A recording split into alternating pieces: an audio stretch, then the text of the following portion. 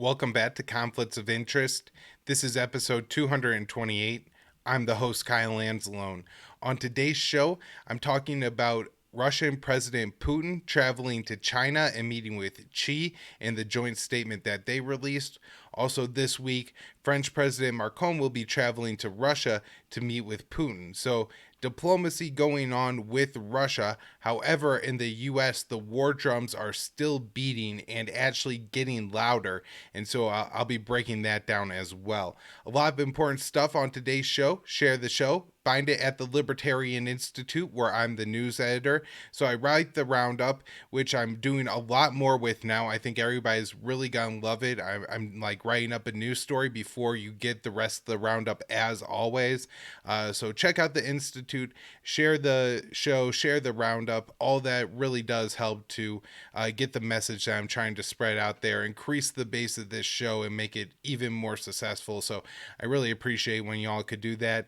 You can also support the show by subscribing to it wherever you listen to podcasts, or if you want the video version, we do have the articles we talk about on most shows and everything like that. YouTube, Rumble, and Odyssey, all hosted up there. We also post clips from all the show on those video sites, and then we share them on our social media accounts at Twitter and Facebook. The Twitter handle is at @con_interest. My Twitter handle is at @KyleAnzalone_. Another way to support the show is to donate. You could do that at Patreon or Subscribestar, and then you could donate crypto, and that information is all in the show notes page. We also have all the information for our sponsor in the show notes page, and another great way to support the show is by doing your CBD shopping at PalomaVerdeCBD.com. Paloma Verde is a great company that sells high quality CBD products. You can find the lab tested results right there on their website. They have a great selection of products. I really like the topicals and the soft gels, but everything they sell is absolutely great. At Paloma Verde, when you use the promo code PEACE, and you spend $75 or more, you'll save 25%, and the show will get a kickback. So it's a great way to get your CBD products. You're ensured that they're absolutely high quality, and you know that the show is going to get some help from it, and you're getting it at a good price. So PalomaVerdeCBD.com, promo code PEACE. Now let's get into the episode. First thing I want to talk about is this announcement that we had at a State Department press conference last week. The State Department spokesperson is Ned Price. We've talked about him a lot in the things he says on this show in the past. And he said that the U.S. was declassifying intelligence that showed that Russia was going to make or may make a fabricated video of the aftermath of an explosion, including equipment appearing to belong to Ukraine or allied nations, and this would involve crisis actors and, would allege, I think, to show dead Russians to really drive the war effort in Russia. Now, I think there's a lot wrong with this, and then we'll talk about the aftermath, which is getting a lot of attention, and that's the cross-examination here by AP reporter Matt Lee. But just to get into this initial claim, now it seems really absurd that Russia would, make a fake video like this in 2022. Maybe 30 years ago that this is even like 10, 15 years ago, this is probably something that you could have pulled off. But to do it in 2022, where there's social media everywhere, how are you going to fake an explosion and then not have anyone actually realize it? Or, if you say this explosion went off in this village, well, everybody in that village is going to turn their cameras on their phone that they all have outside and stream whatever's going on to whatever social media account they prefer, and all that will be up there. And so I don't know if you could really stage it. Now, it would be another thing to claim, and they have in the past, that Russia was just going to carry out a false flag attack, and that seems to be far more likely to me if you're just talking about like what would actually work. This just seems really dumb. That to even allege that Russia would do this, because again, I don't think it would work. And even when you have places like Syria, where there was like more limited internet connection, everything like that. And we're talking about 10 years ago too. A lot of these crisis actor videos did get discovered, and again, I don't think it works as well. Like with a Syrian war, if you're trying to convince Western media, then yeah, you can have a bunch of Egyptians find some destroyed buildings out in the Sinai and have some kids lay down in some concrete and throw some dust over them, and people in the Western media will buy it. I really suspect that that would not work anywhere in Ukraine, and that this is just kind of a dumb thing that the U.S. is alleging. Now, another problem I guess that I have with it is I think it kind of misrepresents what the Russians and Putin want out of this. And also, I don't know if Putin would necessarily want to drive war propaganda. I think that would see him from him as like tying his hands and things like that. If you really do drive it to the point where your population is demanding war, then that politically could, in a way limit your options. I don't really think that, people necessarily want war, but at the same time, if you really get them into a fervor that war must be had, then, that could in a way either limit up what a politician could do, or they would face like negative repercussions from it, and there would be more arguments in the public against it, right? If they fake this video, but then everybody in Russia thinks it's real, and Putin gets a deal that he wants from the West, they could all still be crying for blood, and it could limit his options there. So I don't think that Russia would necessarily take this route. But then after the State Department made this announcement, we had one reporter in the room ask real questions, and that was the AP reporter Matt Lee, who we have talked about in this show quite a bit in the past, just because he is one of the few reporters that will really question the narrative that the White House is putting forward and what the State Department is saying. Not that you could always rely on Matt Lee to and everything like that, but of the selection that you have in the press corps, he is very good and does ask actual questions. And so what actually gets said here is a very long back and forth where they talk over each other. If you want to watch the video, the Hill tweeted out one version that really covers it. I think gives a pretty good example of what happens. It's several minutes long, and again, there's some crosstalk over each other and everything, but basically Matt Lee is pushing Ned Price, the spokesperson, to unveil in some way, why the U.S. thinks that Russia is going to do this. And he's saying, what's the intelligence? And Kirby is saying, well, the intelligence is what I just told you. We said we think it's going to happen. And, he's trying to get to why. And at one point, Kirby even says, like, look, I could...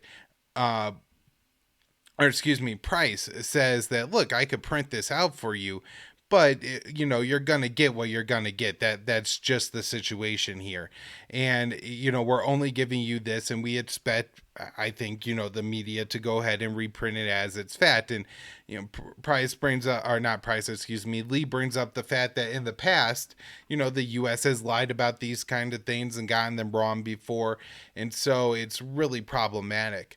I have this article up on the screen right now for anybody watching, by Jeff Schogel at Task and Purpose. He's a pretty good writer over there.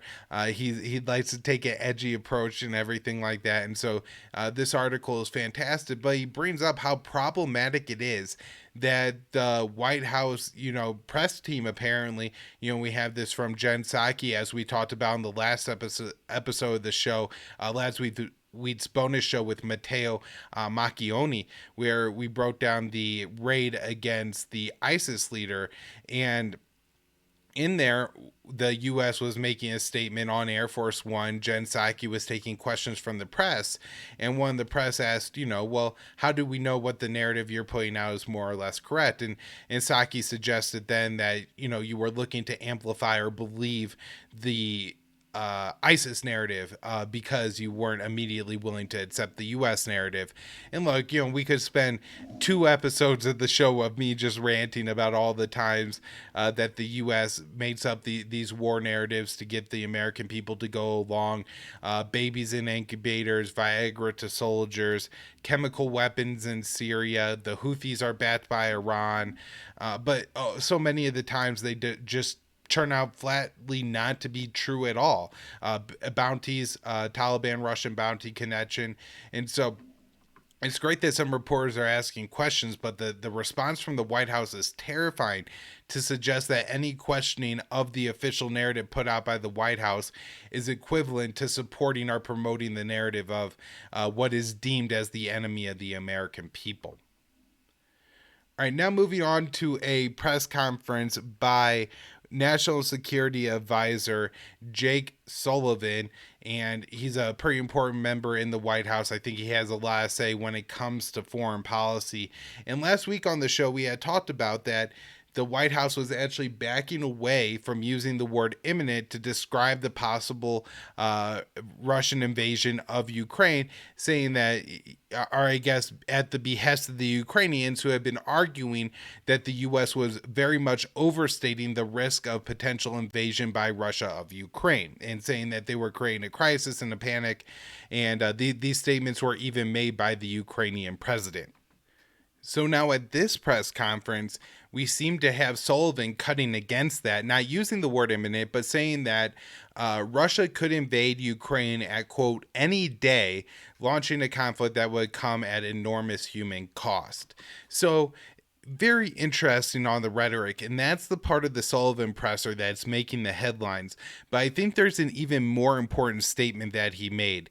And this is something that I've been talking about on the show for almost a year now, but definitely throughout this latest military buildup quite a bit since November, that the officials in the U.S. who are making these decisions are not the brightest bunch, and they could really make a decision that costs the lives of a lot of people, either by miscalculation or by calculating that the lives of the Ukrainians really don't matter, and we're willing to fight the Russians to the last Ukrainian to bloody Putin's nose. And I have a little bit more confirmation that there are at least people in the administration that really believe this with this statement from Jake Sullivan. He says, if war breaks out, it will come at an enormous human cost to Ukraine, but we believe that based on our preparations and our response, it will come at a strategic cost to Russia as well. And I really think that what he's talking about there is everything that the military, the White House, and the CIA have been doing for the past, really 4 or 5 years now, to train the Ukrainians to fight an insurgency, to give them various weapons that will be maybe somewhat effective against the Russian military, and, not preventing Russia from invasion, not stopping a Russian invasion, but, costing the Russians a few thousand troops and, billions of dollars, and making this a real lasting insurgency for the Russians. Not that, it would necessarily play out this way. I'm not saying that, because of everything the U.S. has done, that, they could really bloody Putin's nose and that there's going to be a lasting insurgency in Ukraine.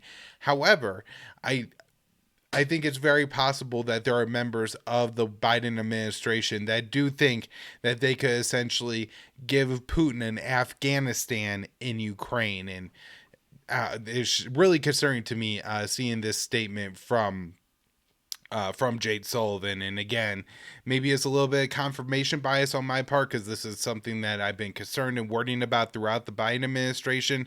But this does seem to indicate there are at least people within the administration that believe this.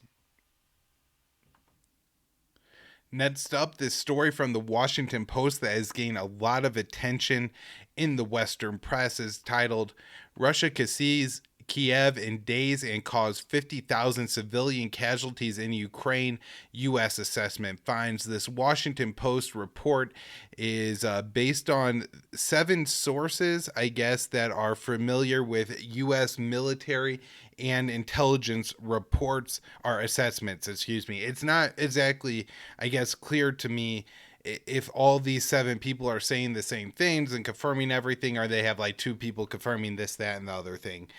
So this could be a little bit more thinly sourced than it sounds, but I don't necessarily doubt that the Biden administration is calculating these sort of things would happen.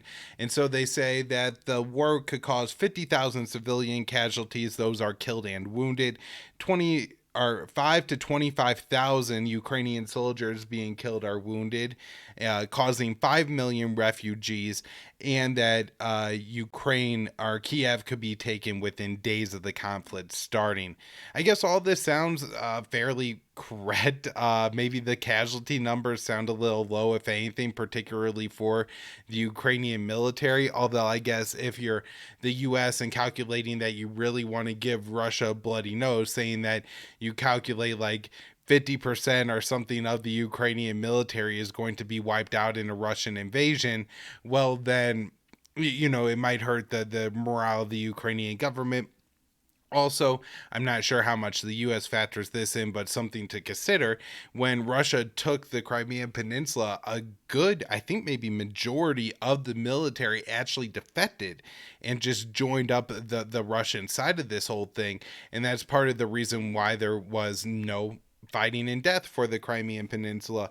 And so if Russia were to decide to invade, I guess it's possible that for a couple of reasons, either that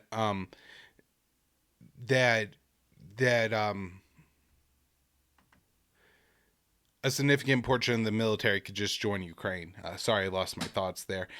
They also point out in this article that Russia is continuing with its military buildup. I'm not saying that this is true or the case. I'm just saying that this is what the Washington Post is reporting is the assessment of the U.S. government. And there are now 83 Russian battalion tactical groups with 750 troops each arrayed for an impossible assault. They say this is up from 62 weeks ago, and it comprises 70% of what Russia President Vladimir Putin needs to have in place if he wants to maximize the operation.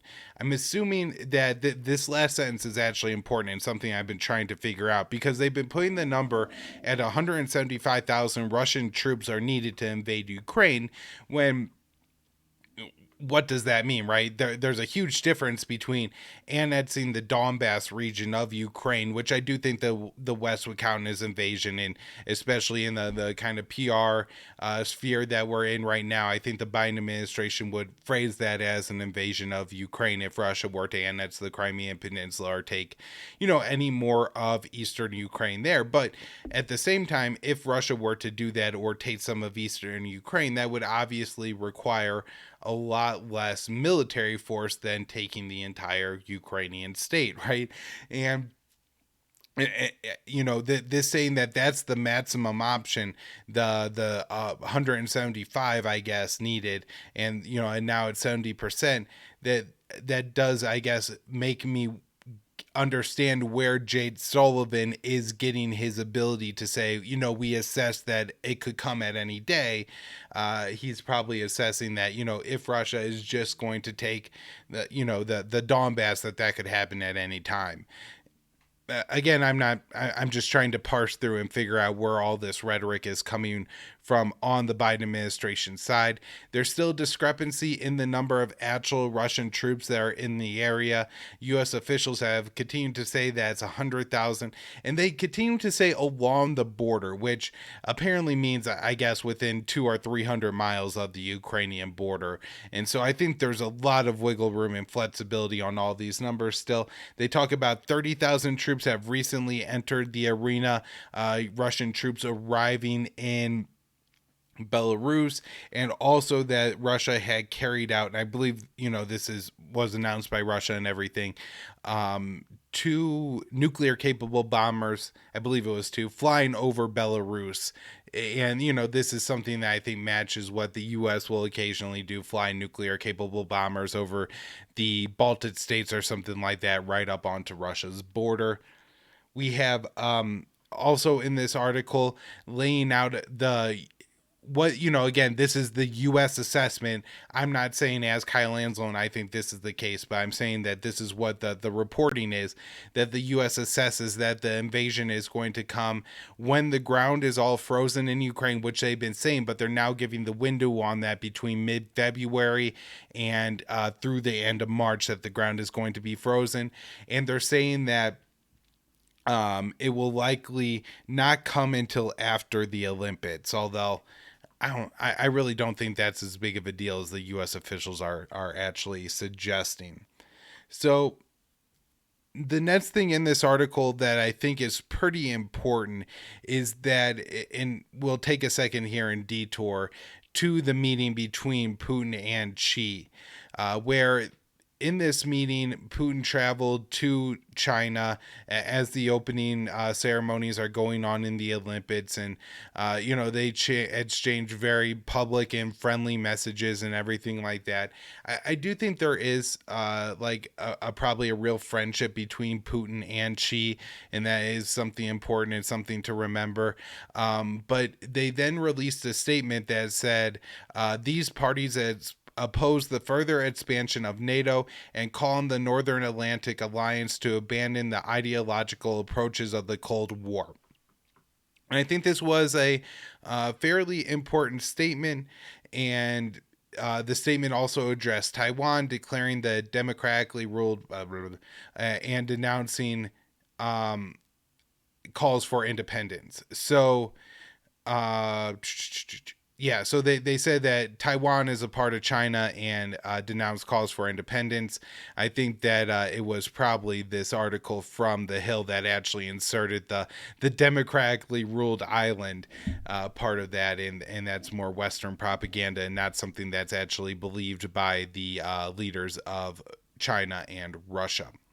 So want to go through and just mention here that, getting back to this Washington Post article, that American leaders aren't very concerned about the joint statement between Putin and Xi, and they said that they would be more concerned about it if it actually mentioned China, or actually mentioned Ukraine, but it didn't, and for that reason, they're fairly non-concerned about this, and that seems like a real miscalculation on my part, although it does add to some of the points that Ray McGovern has been making in his articles, that the Americans, and particularly the Biden administration, have really failed to understand the significance of the Russia-China relationship and what that is turning into, and that, kind of the Cold War playbook of you could balance Russia off China and you really don't have to worry about those two coming together, it should be thrown out the window, and we really need to assess what the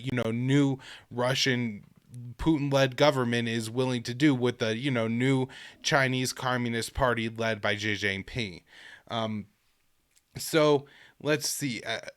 I think that's pretty much it for this article, except at the very end, it does mention that there is a plan in the Pentagon to quickly move out the 300 or so U.S. Florida National Guard members should a Russian invasion happen. And so I guess, good thing they're not just going to put them on the front lines to stay and fight. But at the same time, shouldn't we have them leave now if we're that concerned about a Russian invasion happening? Why are they continuing to remain in Ukraine in harm's way if the Pentagon, which deployed them, is so concerned about a Russian invasion of Ukraine? So a little bit more on the Putin-Xi meeting. I wanted to mention that Xi has not met with another foreign leader since the COVID outbreak happened, and I believe this, was a part of trying to represent China's no COVID policy and everything like that. I disagree, and we talked a lot, especially in the early days of COVID, when people were talking about bringing the China model to the U.S. About rejecting what the Chinese COVID lockdown strategy is, and I still oppose it.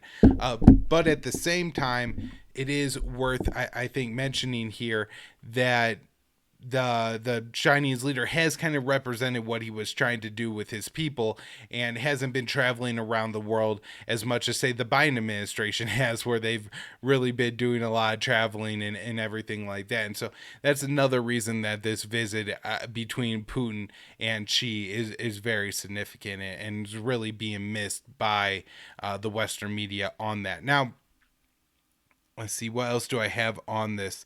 Oh, could mention here too, just while we're talking about China's COVID lockdown policy. China's upset with the U.S. for starting to withdraw some embassy staff and their families because they're dissatisfied with the COVID lockdown policies of China.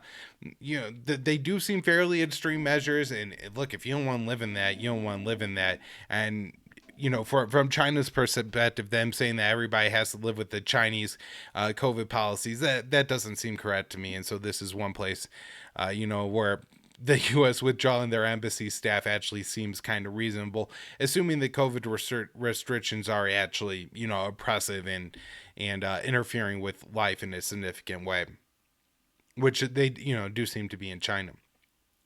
So now on to some very important news. French President Emmanuel Macron will travel to Russia tomorrow. That's Monday the 7th, to meet with Vladimir Putin. And this, is important for a lot of reasons. If the U.S. was saying, as the U.S. was saying, a Russian invasion of Ukraine could happen any day, I kind of doubt that Macron would be going to Moscow to meet with Putin. We also have Olaf Scholz, the Chancellor of Germany. He's scheduled to go to Russia next week. I believe the 15th. He's going to be making a stop first in Ukraine and then going on to Russia. So these planned visits, I think, really should lower the temperature of the concern of a Russian invasion, particularly, as the U.S. attempts to dial them up as much as possible. And so Macron has made some very important statements in this interview with JDD, and he says, the intensity of dialogue we have had with Russia and the visit to Moscow are likely to prevent a military operation from happening.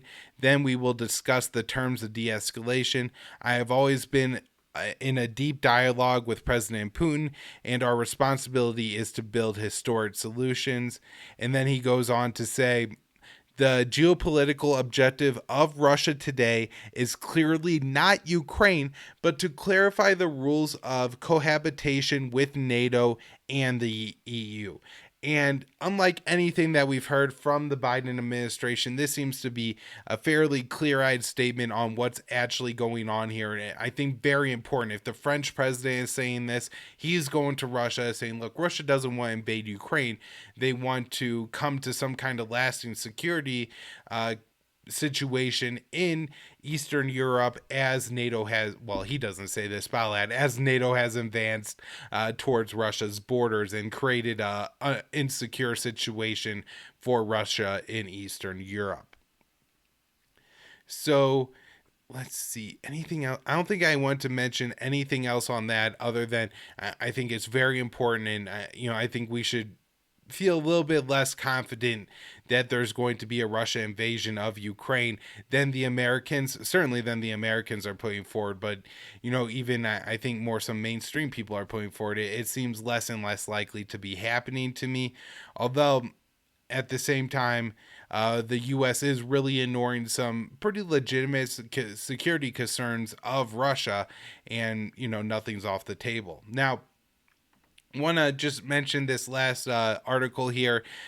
While German President Olaf Scholz is planning to travel to Russia, and that seems to be a pretty good thing when you're talking about Russian German ties, we do have this kind of tit for tat thing happening on the media end, where Germany ordered RT to cease broadcasting its German language programs within Germany, and then in response, the Russians had DW, the German media outlet, close its Moscow office. My guess is closing the office will not have any significant impact on Russian and German relations. However, it is a step in the wrong direction, as things definitely need to be moving in the right direction. All right, some news on China now, where the U.S. has a couple of bills moving through the Congress that are very important. House and Senate lawmakers have proposed changing the name of Taiwan's diplomatic office in the U.S. Taiwan's diplomatic offices around the world are often very carefully named to not upset China, because if you have like a Taiwanese embassy in the U.S., that suggests that Taiwan is an independent country, and that is not what's enshrined in U.S. law and in U.S. policy, to believe in a one China, which means that both Taiwan and China are the same, political entity and should have the same ruler. And, again, that's been U.S. policy for a very long time. And so this bill is taking the U.S. another step away from that. If it were to be passed, it was introduced in the House by John Curtis and in the Senate by Marco Rubio. And what it would do is urge Taiwan to rename its office in the U.S. to the Taiwan Representative Office. I think the current name is something along the lines of the Taipei, which is the capital of Taiwan, Representative, Economic, and Diplomatic Office in the U.S., or something like that. Very long name to, try to obscure the fact that Taiwan has its own ruling government and everything like that. So these bills are, again, it's not the most critical thing in the world to rename the Taiwan embassy in the U.S., but it does take the U.S. another step away from the one China policy, from the strategic ambiguity policy, the policies that have kept the U.S. and China out of conflict for years and years and years, and puts us, taking another step in that direction. Now, it may seem unlikely that that's going to pass, and I don't talk about every last bill that, even if it's hawkish, gets brought up by whatever different people in the Congress and everything. However, the House just passed fairly overwhelmingly, not overwhelmingly, it's actually pretty close, vote on the America Competes Act. And so if these kinds of things are getting passed, and I believe the Republicans voted against it because they wanted a stronger bill, not because they opposed the America Competes Act. But what it's going to do is authorize $250 billion in spending. 52 billion would go towards domestic semiconductor, 45 million to supply chains, and 160 billion to scientific research. Of course, the U.S. government is just hemorrhaging money right now. Where they're getting this extra $250 billion is completely unknown, and it's all unnecessary. We could actually, have a relationship with Russia or with China where we have mutual trade between the two countries. Yeah, the Chinese government does some bad things to their own people. You know what? The American government does a hell of a lot of bad things to its own people too. And if we're really concerned about human rights, let's talk about human rights in the U.S. and not be so concerned about what China is doing in Xinjiang all the time. Certainly to the point where the U.S. is acting against it and cutting off trade between the U.S. and China because of it. So, I don't know, maybe it's possible that those embassy change bills actually do pass, and that could create more real tensions between the U.S. and China. We also have U.S. warplanes circling the Taiwanese island. This happened about 2 weeks ago. On the last episode of the show that we talked about China on, we mentioned that China have flown aircraft in the Taiwanese ADIZ, which is a large chunk of airspace that extends well out into the Philippine Sea and all over the place. It doesn't in any way represent Taiwanese airspace. And so the U.S. responded by flying circles around Taiwan. And again, it's not like the most critical move that the U.S. had made, but it is another show that, we're really close to abandoning the position that, we may or we may not defend Taiwan if China invades, and just outright saying, we support Taiwanese independence and would prevent an invasion of Taiwan if China were to do so. The U.S. is going to kick off the Noble Fusion war games. These are in the Philippine Sea, and I believe these are just the U.S. and Japan. Then we have the Cope North war games that are a little bit bigger and are also going to involve Australia, I believe. Yes, the U.S., Japan, and Australia. 2,000 sorties flying all over the place, Guam, and along like the first island chain and everything like this. And so, while the U.S. complains about China doing things in Taiwan's air defense identification zone, the U.S. is constantly carrying out all these drills and military exercises, sometimes in territory actually claimed by China, or right along the Chinese airspace and everything like that. And so there's a complete double standard on this. The U.S. Embassy in the Philippines said that its territorial claims in the South China Sea are non-negotiable. Many of these claims are in direct conflict with Chinese claims. And if the U.S. is saying here that they're going to bat the Philippines claims against the Chinese claims, things could get pretty messy in the South China Sea one day. And to look at the situation in Ukraine where the U.S. builds up all this rhetoric and we say, it's Ukraine's territorial integrity is absolutely essential, and we recognize Crimea as Ukrainian territory and the Donbass is Ukrainian territory, and we say Russia will never be allowed to change territorial integrity of this, that, or the other thing, right? But at the same time, Joe Biden has made it very clear that the U.S. isn't going to go to war for Ukraine. And so it creates a situation where the U.S. is making statements that it has no intention of backing up, right? But then these governments act in ways that the U.S. is going to back up these statements, and it puts them on a collision course with these much larger regional powers like Russia and China. And it creates a situation then where the hawks in the U.S. cry, oh my God, if we don't continue to back our allies, we're losing legitimacy, and everybody's going to realize that we can't follow through with our promises and all these other things. And it could actually put the U.S. in a position where we do the unthinkable and engage in a direct conflict with Russia or China. Or, at the worst, it ends up being a situation like you could see in Ukraine where the Americans are willing to fight the Chinese to the last Filipino, and the people of the Philippines just absolutely suffer because of this. Now, we do have the Philippines buying some anti-ship missiles. They're going to buy $378 million worth from India. And of course, this is pretty significant because most of the territorial claims that the Philippines and China dispute are over islands and reefs and fishing grounds and things like that. And if the missiles could help to the Philippines to enforce those if conflict were to happen.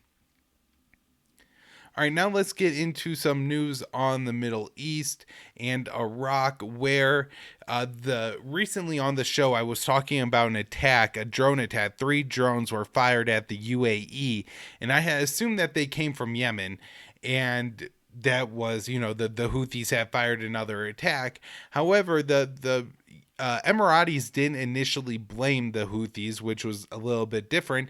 And then this group from Iraq, the True Promises Brigade, came forward and claimed responsibility for the attack. Now, they did say it was because of UAE interference in Yemen and Iraq as the reason why, but nonetheless did cite Yemen as part of the reason for carrying out the attack. Now, don't know very much about this group yet. I'll do some more research, especially if they become more prominent and carry out any more attacks. I have no idea if they have any ties or any actual relationship with the Houthis, or if this is just a situation where maybe some group in Iraq either legitimately feels solidarity with the people of Yemen, or is just using it as propaganda to increase, sympathies towards them in their confrontation with the UAE.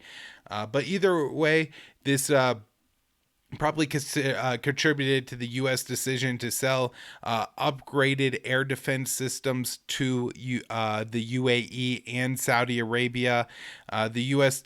approved, the State Department approved a series of potential arms sales for Saudi Arabia, the UAE, and Jordan. Dave DeCamp has all the details at antiwar.com. It's going to be $23.7 million for the Saudi deal and includes 31 communication and navigation terminals related to its missile defense. The UAE is going to pay $65 million for spare parts for its missile defenses, and those include the Hawk, Patriot, and THAAD missile systems. And then Jordan is going to get $4.2 billion. They're going to pay $4.2 billion for 16 F-16s and related equipment, and also hundreds of JDAM bombs. Those are Joint Direct Attack Munitions. And so lots of weapons being sold in the Middle East, and of course, particularly concerning to Saudi Arabia and the UAE, which are so heavily engaged in the war in Yemen and responsible for the world's worst humanitarian crisis, along with the US and UK and other Western countries. Worth noting on that arms sale is I haven't seen it yet, but let's hope that there's going to be some congressional opposition. My guess is Congress isn't going to care at all about selling the weapons to Jordan, but maybe Saudi Arabia, maybe to the UAE seems probably a little bit less likely. But hopefully, maybe Congress could intervene here, and it could be the first step among many in the steps that Congress needs to take to shut down this war. Last story on Iraq, this from Al Jazeera. This happened in Iraq on January 27th. Rockets hit Baghdad airport and caused some damage. I think 6 rockets landed in total, hitting the runway, and I believe 1 civilian aircraft. And assuming the picture that was posted that I saw, I said was true, it looked like a pretty sizable hole that was made underneath, like where maybe the pilot or the front bathroom would be in a civilian aircraft. I don't know how much damage is done if the plane could never fly again. It didn't look like the plane caught fire, exploded, or anything like that. Just, one sizable hole in the side of the plane. But this seems to be a fairly significant attack.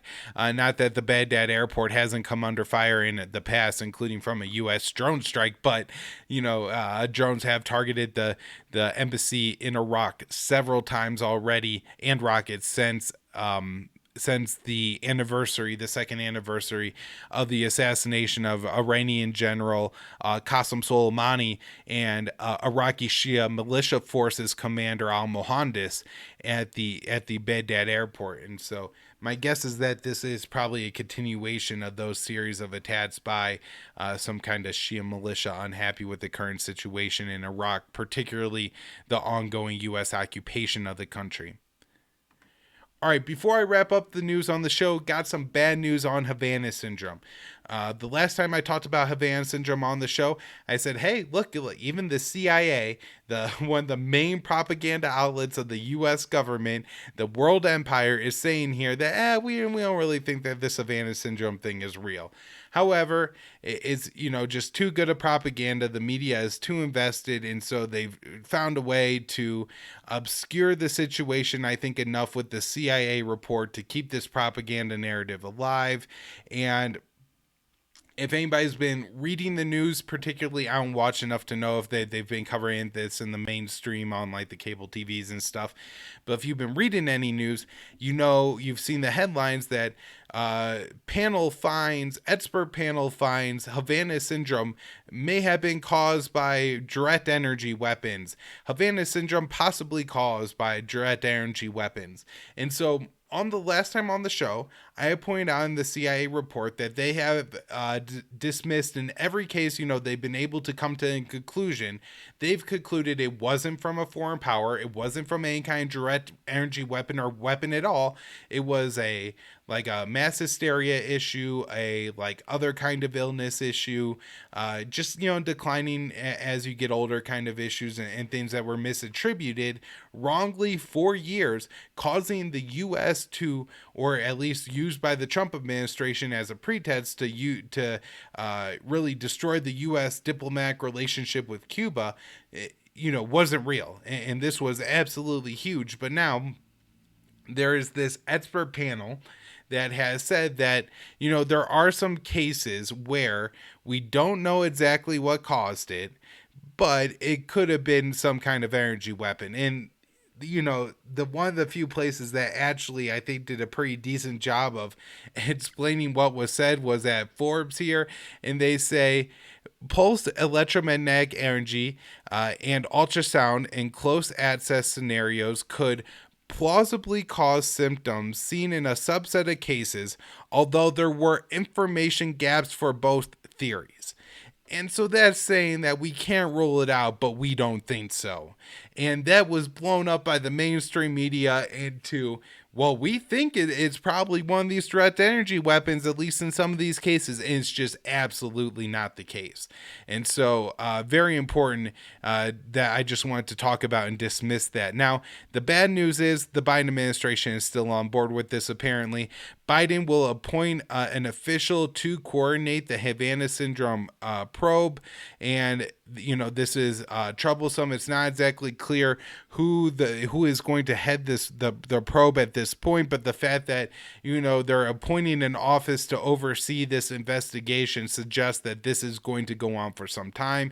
And even if it is an honest person who in years comes back and says no, the fact that the office exists, I think, is going to be used by the worst state to just promote its narrative. But more likely somebody gets promoted here who's at the very least interested in keeping their post in their office and being important to the U.S. mainstream and the establishment narrative, and they drag out the investigation, and any little thing that says like, oh, it could possibly be this, that, or the other thing, they'll use to try to amplify that narrative, even if it's from the beginning been very obviously not real attacks. And Havana syndrome is just a deep state illness that was fabricated. Mainly, I think cases of mass hysteria are wrongly attributed, or just kind of blown up to be people got not feeling very well, and then they blew it up to be a case of Havana syndrome or something like that. All right, everybody, that's where I'll wrap up the show for today. Hope you're enjoying the show. Share the show. Find it at the Institute, on the blog at antiwar.com, YouTube, Rumble, or Odyssey, in the Libertarian Institute All podcast feed, on Facebook or Twitter at con_interest. Donate if you can at Patreon, Subscribe Store, or Crypto. All that information in the show notes page. And do your CBD shopping at Paloma Verde. Thanks, everyone.